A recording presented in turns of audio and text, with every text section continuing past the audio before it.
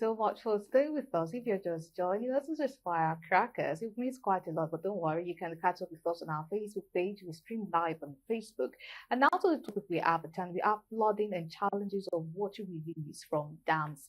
Now we have Ola Oresanya, who is joining us live from Abeokuta, is the Ogun State Commissioner for Environment. Good evening, and thank you so much for joining us today on Firecrackers. Thank you, Mubala. Thank you, everyone.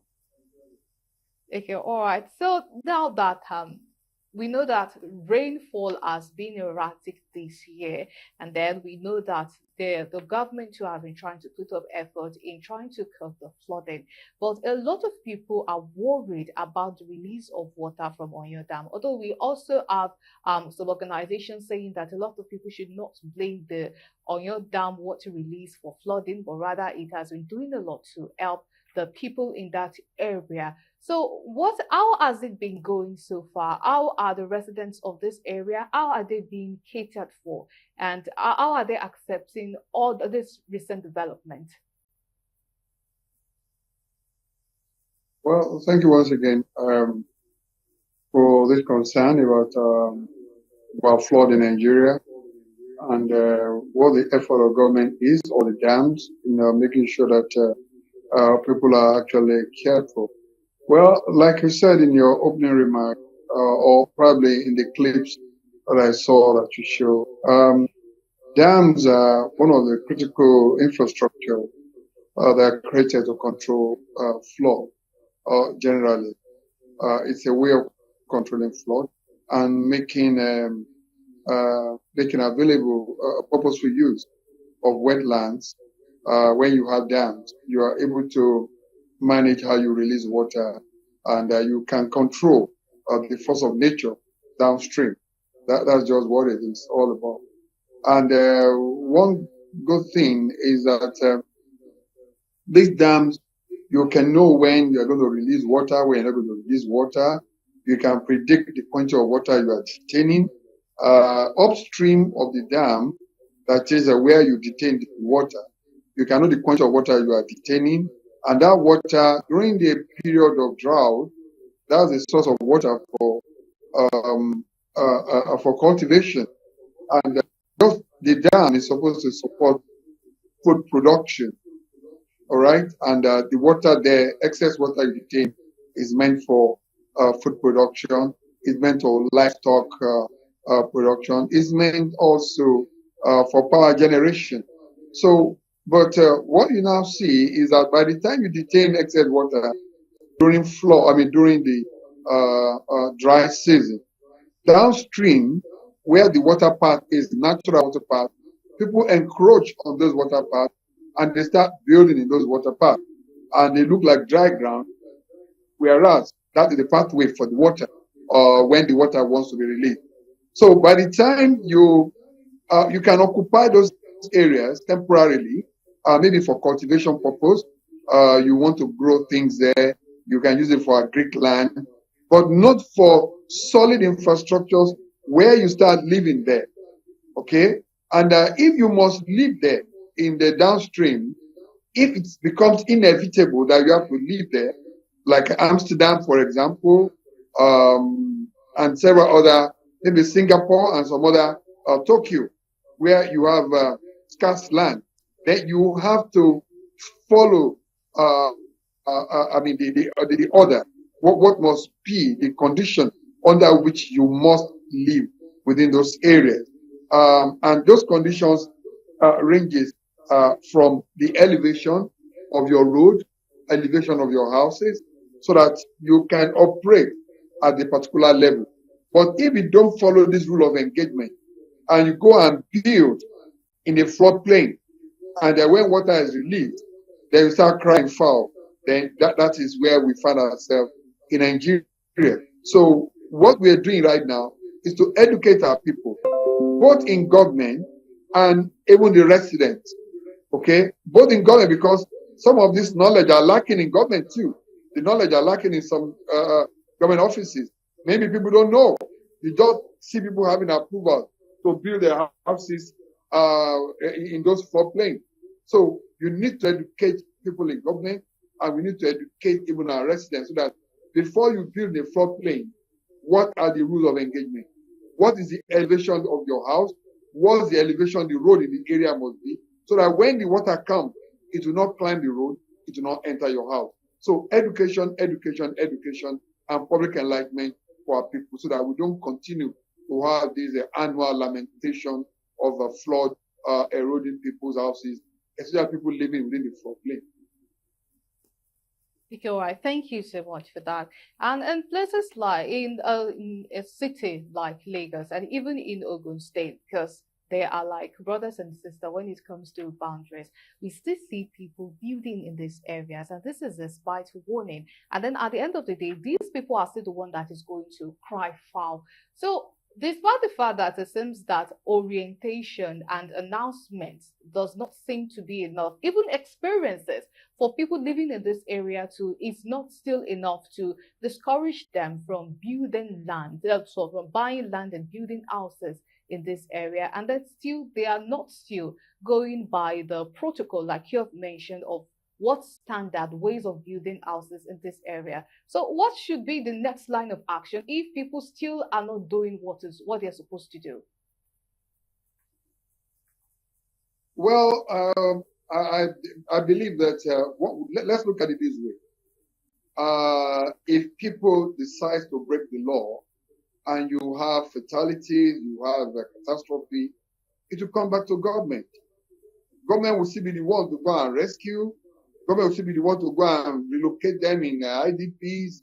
And I think prevention is better and cheaper than cure. And I think some of the prevention is to make sure that it's either you relocate people within the floodplain who are not following the rule of engagement, relocate them completely.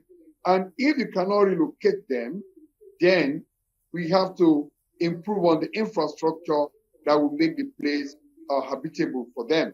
So the onus is back on the government, who probably have to bear the risk of some of the past mistakes here, because government is a continuum. Somebody gave approval to go and build in a wrong place, but the citizen is holding the government paper. So we still have to mitigate, we still have to bear that liability in government and see how we can either relocate the people there or improve on the infrastructure. Then that is on one side. That means mitigating the errors of the past. Then moving forward is that nobody will be given approval to build in such floodplain unless it is compelling to build there. And if it's compelling to build there, it must be under certain conditions which must be strictly adhered to. So bottom line is that development control strategies have to improve within government, and people must listen. Anyway, and for us on government side, yes, the structure that we put in place that will guide how people function, it's imminent. And I think that's what we're working at. That's what we're working at in Ogun State. So that our development control strategy make sure that people don't go and start committing suicide, and at the end of the day, blame the government for allowing them to commit suicide. Thank you. All right. And now let us talk about the issue of waste management in these areas too. Because when there is water, it always reveals the secret of the sanitation of people that are living in that area. And a lot of people do even still point fingers at government for not creating enough garbage disposal means and measures for people living at that area. And then there are also risk of outbreak of diseases like cholera and typhoid. So how is it like for the people in these flooded areas or the people that are living in these places that the water release is going to pass through? How is it like for them elsewise now? Also, what is the government doing in ensuring that despite their challenges, they are still in the best of health? Well, if you look at the last epidemiological survey, the study that we did in Ogun State the last time for where you have cases of cholera, typhoid, actually waterborne diseases. Now, if you look at the disease mapping that we did, in that disease mapping, okay, what we find out is that most of the people that are vulnerable to this are people living within floodplain. And floodplains are attraction for slum development also, because the land within the floodplain are cheap, the lands are cheap, and people who are aspiring, prospecting, they find it easier to encroach within the riverbank. And unsuspecting members of the public, they buy the land, they build there, and at the end of the day, they have this problem. Now, what we are saying here is that it's always very difficult to manage such habitation when you are living within the floodplain. Road construction there is usually very expensive because of the height you have to operate with. So at the end of the day, they are always at the lower end of development, except it's a land that has been developed by government for special habitation. For example, like Lekki area, for example, there was a lot of dredging done at Lekki. Lekki was dredged to almost like about 6-7 meters, all right? And the dam is the elevation that was created before people started habiting the place. Look at the Eco Atlantic, for example. Eco Atlantic, the height is about 9 to 10 meters. 9 meters of sand. That's a elevation.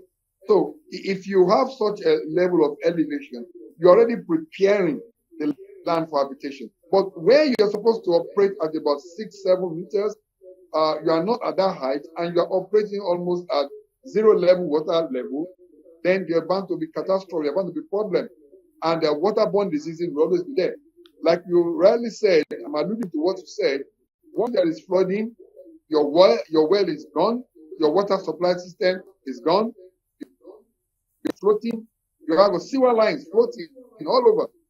So spread of diseases is imminent. Mosquitoes, you have reptiles going all over. So habitation becomes difficult. Even by the time the land is dry, you already have a contamination with your walls. Your walls are contaminated with bacterial already. So if you come to the house, again, you have to fumigate the house. You have to do a lot to be able to live in that house again. So it's usually not the best. It causes so much headache for people who are apparently run into this problem. And if you look at some of the estates in Ogun State around the floodplain, you see beautiful estates by agents who bought the land cheap and built beautiful houses that the architectural delight, that people fell for the trap. They bought those houses, believing that these are lovely areas for habitation. But today, go and look at the problem they are facing. They cannot enjoy where they are living because the elevation is very, very low. So habitation becomes very difficult for health, for environmental aesthetics, and for general aesthetics. You cannot just live conveniently in floodplain. It's difficult, and it's not advisable. Okay, all right. Thank you so much for that. And now I'll be coming to my guest here in the studio. One of the states in Nigeria that is also battling flood, that's Benue State. And also with the release of water from Lagdo Dam, they're also facing something similar to what is happening in Lagos and Ogun State. So how would you rate the government's effort in trying to make sure that the people there are safe and sound and they're not victims of part of these repercussions of living in these flood-prone areas? Every individual, even the government, there's what we call followership and leadership. Citizens have a duty to the state, and the state has a responsibility also to citizens. The government at this level is supposed to work on trying to build the infrastructure, just like the other person online said, the other guest online said. We have River Benue. To a large extent, there's need for it to be dredged to make it have the capacity to, contain the water more and all that. And he also pointed about a lot of persons building on waterways. This is something that's been there over time. Is the government aware of this? Yes. Have they been doing something about it? Maybe, maybe not. If persons or corporate have been brought to book all this while, a lot of persons will occupy that space. But because sometimes they are even found wanting, because sometimes they are the ones that give licenses or sell those places to persons to occupy. So that is one aspect of it. The second aspect is people on their own also need to take responsibility for their failure to do certain things. If for a lot of years you are living on a waterway and you are aware, you are being informed, sometimes they inform them and they refuse to move. Even early warning signs or early warnings come out, and then you are being informed that please leave these particular places. We are going to have flood and all that. With those information, most times they do nothing about it. They wait until when it happens, there's no escape route. Yes, at the same time, in trying to address issues like this, the government on its own need to start planning ahead. We are so poor in planning in our country that most times we do a 4-year plan. Okay, I'm president, I'm just coming for 4 years, so I'm making a 4-year plan. No. If you are thinking about development of the country and you want a country that to move forward, there should be maybe a 30 years plan, a 50 years plan. With, or even if you are there or not, the next person coming will work in line. This is not about your personal agenda. It's agenda for development of that country or that state. So whether you are there or not, the country should grow. So there should be a plan, a national plan, a state plan that works towards addressing issues of flood in general. Unfortunately, every year we release billions of naira to NEMA, to SEMA in states. And they come and announce, and then they go on those places and work, and then we have support from IOM and other persons that come to assist in emergency situation. But we are looking for the plan, sustainability plan, that in the next 20 years, we know we are done. We don't have people running helter-skelter, having issues of IDPs because of flood. This is not new any longer. For 20 years or thereabouts, we have been having or hearing these issues. Why is it still lingering? And every year we waste billions that we don't even account for. The following year we waste billions, and it has become an excuse to also siphon money. So the government should have a plan that works. Now, NEMA or SEMA in states also have to wake up and have maybe a national emergency preparedness plan that actually addresses these concerns once and for all. It shouldn't just, and you know, all these things and all these issues, when we speak, there's always that question of accountability, of resources released to these persons, the timing of the release, how well is being released, and what is being used for at the end of the day. And if these persons have also failed to use it for the right reasons, what is the accountability mechanism put in place to check these persons, or bring to book these persons, or punish them to serve as deterrent for those coming behind? So if these plans can be made on ground, the government has a plan that this is how it should work, and pushes money to it that can be accounted for. Those that fail can be disciplined. Citizens on its own also that fail to also work in line with this plan, know very well, don't build on waterways, you have gone to violate this, they should also be brought to book. It's a two-way thing. If you also fail, they should be brought to book. And those that maybe the government, you know, sometimes you go, you need a house and informed, and then the house is being sold to you by the government at different times. They should also, such money should be refunded. And traditional rulers also that work in many places. There's a boundary close within Lagos and Ogun State around Bega. If you are going to Akute for local government, there's a bridge there. People have started building in the place. There's a little waterway. There's still water till date. People already building, and that place is also a dumping ground for refuse. So this is how it starts. Our government agencies passing through that route, yes. Are they saying it? Yes. Nobody talks about it until when it's already late. People are building currently. There are already houses that have started encroaching into it gradually. And before you know, that whole place will be covered. And then when the flood comes, water will always find a way, will always want to find its way. And another serious thing that government is also not paying attention to, even in Lagos, there are a lot of places without drainage system. So you build houses, no gutter to take away the water when it comes. It's just a flat ground. Once it comes, water will still find a way around it. And then we'll keep having issues of flood because there's no way being created for the water to pass, no waterway. So even in our towns, even in Lagos, we have those issues. When cars are passing this, water will be flooded everywhere because the water has to go to somewhere.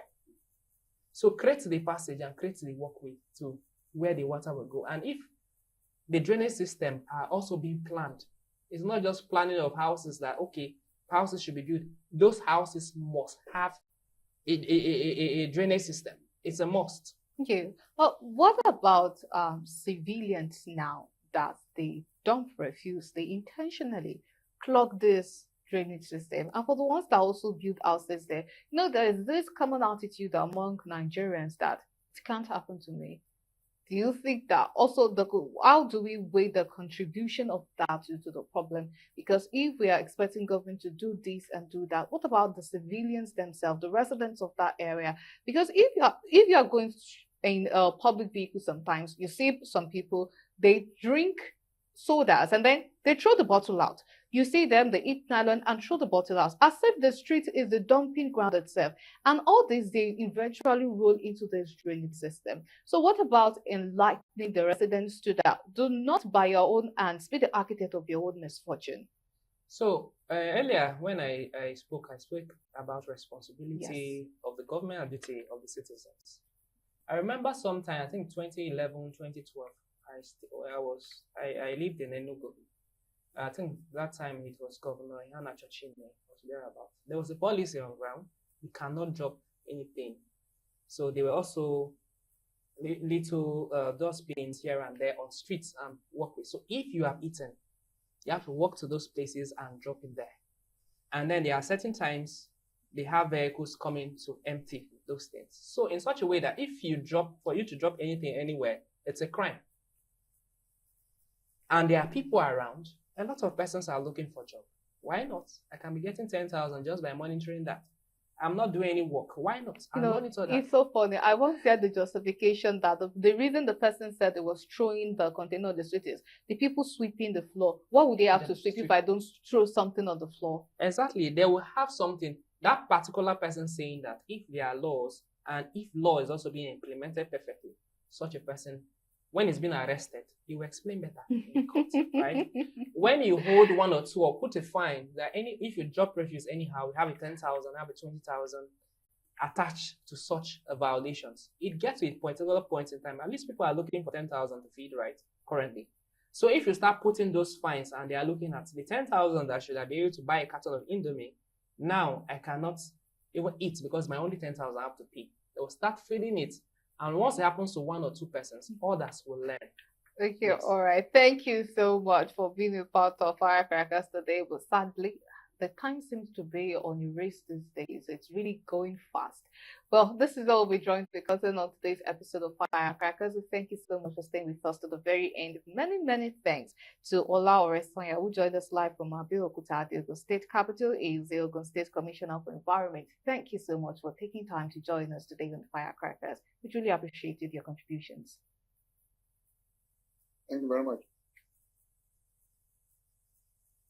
Okay, all right. Thank you to Emmanuel Ekole, the Executive Director, Elixir Trust Foundation. We truly appreciate your input on the program. It's always a pleasure. Thank you so much for honoring us with your presence today. Thank you for having me, and thanks also for the good work you have been doing. Oh, thank you so much. So we'll see you same time, same station next week. My name is Ireba Misalako. Do have a wonderful week ahead. Goodbye.